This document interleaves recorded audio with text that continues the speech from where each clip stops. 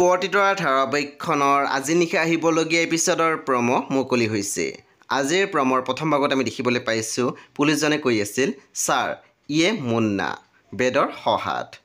তাৰপিছত আমি প্ৰমত দেখিবলৈ পাইছোঁ বেদই অহিৰণক কৈ আছিল, আপুনি মোক অতিষ্ঠ কৰি নুতুলিব।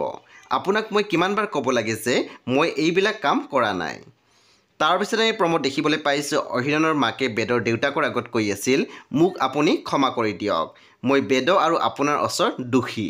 ময়ে সেই দুৰ্ভগীয়া মাকজনী।